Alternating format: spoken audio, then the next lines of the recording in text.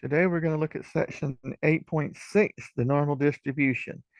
If you plan on going into other statistics courses, this is definitely the section you want to make sure you understand completely. If somebody ran 10,000 trials of flipping a coin 100 times, and this is the results of the trial. So this distribution of the number of heads for 10,000 trials was close to perfectly symmetric. You can see center, and it's more or less the same on this side as it is going this way.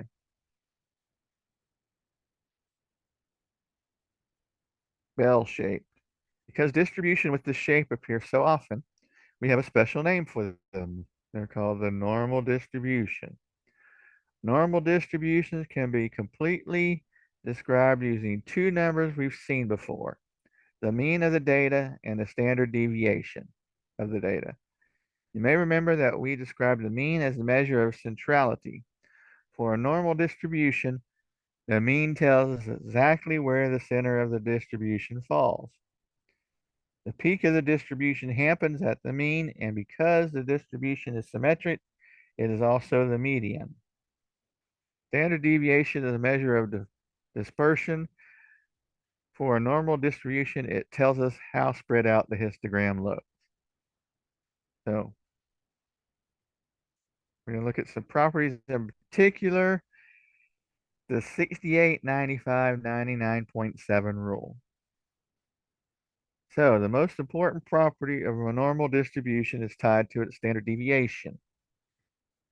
If a data set is perfectly normally distributed, then 68% of the data values will fall within one standard deviation of the mean. This can be extended to two deviations as well. So here's what we're looking at.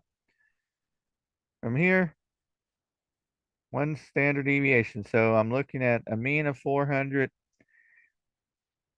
and we'll go ahead and do this. Our mean is 400. And by looking at this, one standard deviation, this would be 3 and 5. So the standard deviation is 100. And as you see, 68% of the values are in here in the middle, leaving, since it's symmetrical, that leaves 32% left over, 16 on either side. Now, approximately 95% of a normally distributed data set will fall within two standard deviations. So we're looking at the same thing. The mean of 400 standard deviation at 2, that means 200 and 600 are two standard deviations away from the mean. Here's our 95%. That leaves 5% to be split evenly in both the tails. 2.5 here, 2.5 there. We could even go further and state that 99.7% of normally distributed data falls within 3 standard deviations of the mean. So now we just have 0.3% left, and we split that evenly in the tails. So let's look at some examples here. If data are distributed normally with mean 0 and standard deviation 3, what percent of the data fall between -9 and 9? Well, how far from 0 is -9? It is 9 units. What about 9? It is 9 units. So how many standard deviations from the mean are both of these? They're both 3 standard deviations from the mean. 3 times 3 is 9. So we would have 99.7% of the data in between -9 and 9. All right. If data are distributed normally with mean 50 and standard deviation 10, what percent of the data fall between 30 and 70? Well, 50 minus 30 is 20. 70 minus 50 is 20. So they're both 2 standard deviations away. So 2 standard deviations is 95%.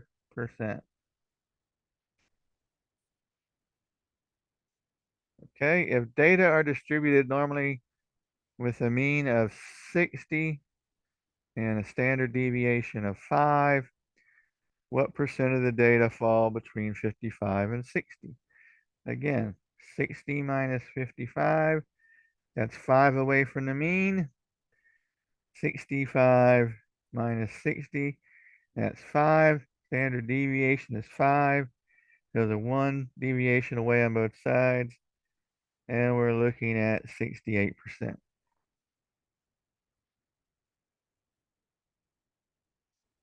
So let's look at this from the other direction. If data are described normally with mean 70 and standard deviation 5, between what two values will 68% of the data fall? Well, 68% of the data fall within 1 standard deviation, which is 5. So 70 minus 5 is 65, and 70 plus 5 is 75. And that is our range of data for that particular question. If data are distributed normally with mean 740 and standard deviation 7, between what two values will 95% of the data fall? Again, this would be 95% is 2 standard deviations away. So let's write this to be sure. 720 minus, or 740 minus 14 is 726. And 740 plus 14 is 754. So our range would be 726 to 754. Lastly, the data are distributed normally with mean 200, standard deviation 30. Between what two values will 99.7% fall? So here we're looking at 3 standard deviations. 3 times 30 is 90. So 200 minus 90 gives us 110 for a low end. 200 plus 90 gives us 290 for a high end. Therefore, our range is 110 to 290.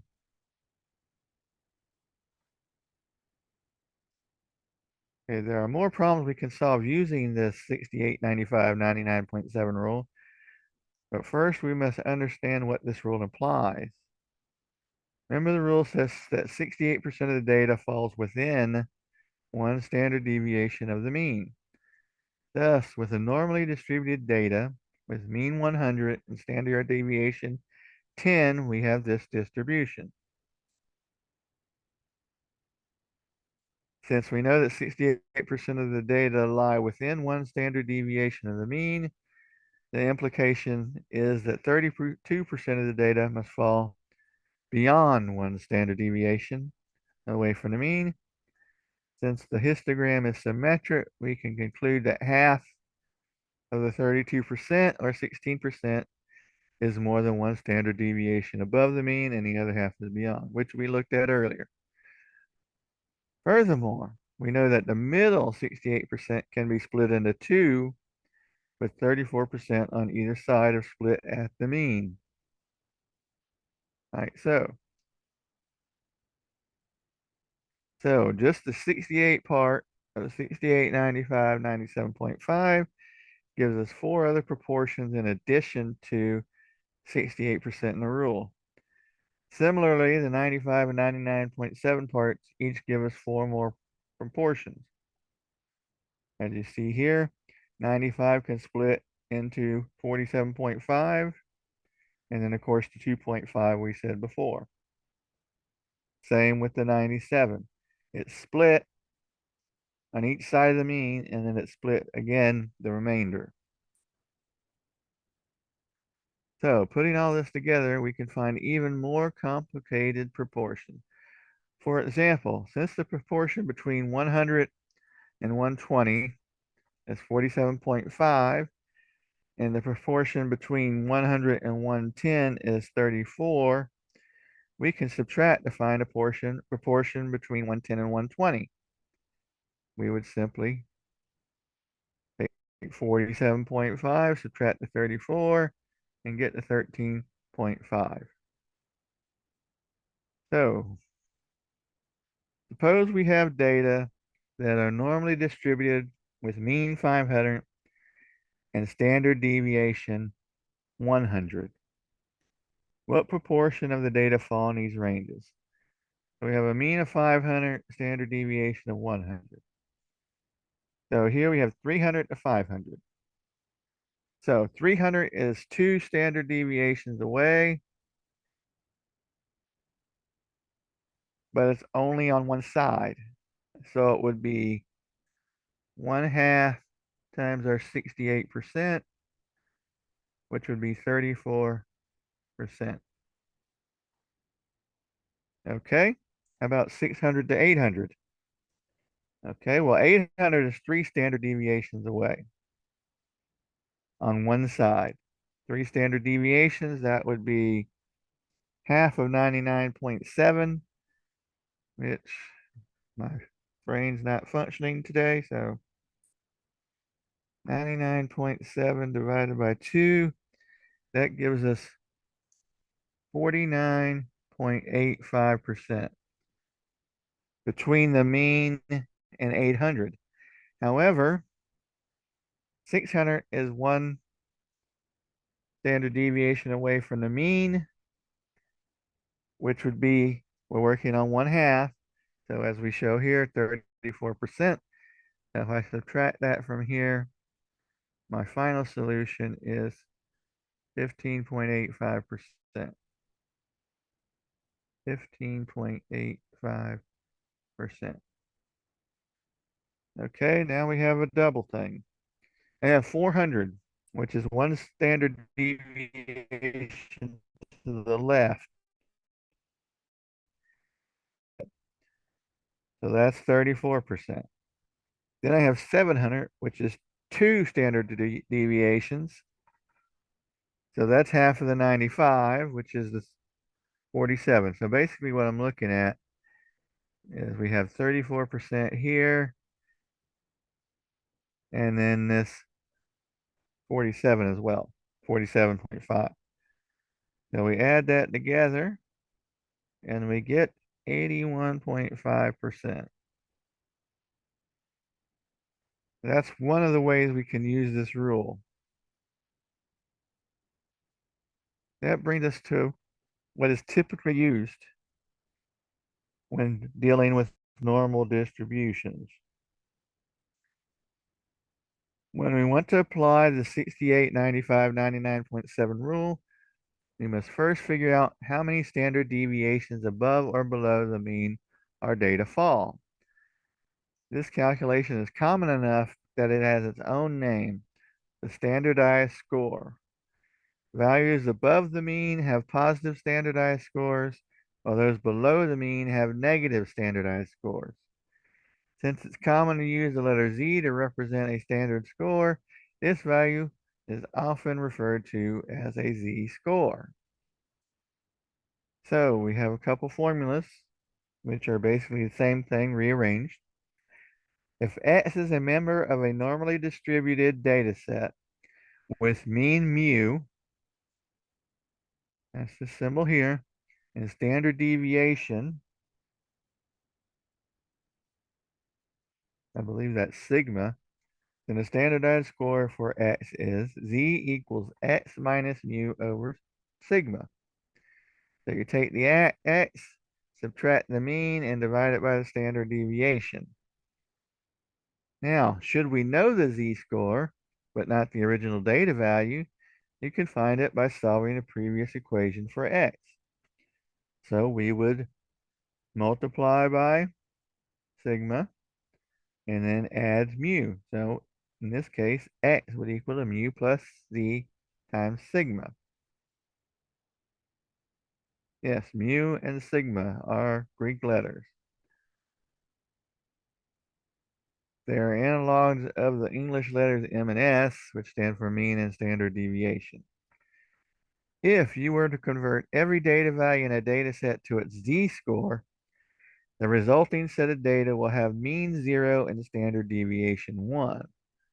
This is why we call these standardized scores. The normal distribution with mean 0 and standard deviation 1 is often called the standard normal distribution. And in most of your basic statistics class, that is what you'll use a lot. So suppose we have data that are normally distributed with mean 75 and standard deviation 5. Compute the standardized scores of these data values. So let's review this. Our equation is the z-score equals x minus the mean over the standard deviation. So our z-score when x equals 66 minus our mean, 75 over our standard deviation 5. This gives us negative 9 over 5, which would be negative 1.8. That's our first one. Next, we have z equals 83 minus 75 over 5, which is 8 over 5, which is positive 1.6. And our third one is z equals 72 minus 66 over 5, which would be 6 over 5, which would be 1.2. And that is how standardized scores are developed. Now we'll go the other direction. So let's review that formula. X equals mu plus z times sigma. X equals mu plus z times sigma. So suppose we have a normally distributed data set with a mean of 2 and mean 2 and oops, we have a typo here. Convert these standardized scores to data value. So let's see, we'll just plug in standard deviation of 1. Standard deviation equals 1. So now I have x equals 2 plus 0.3 times 1. This will make this math a lot easier. I have 2 minus 2.3, which equals negative 0.3. That would be our original x value. Our second one here, we have x equals 2 plus 1.4 times 1, which would be 3.4. And our third one would be x equals 2 plus 0.2 times 1, which would give me 2.2. And that's it for normal distribution. We'll go into it further in the next section, actually.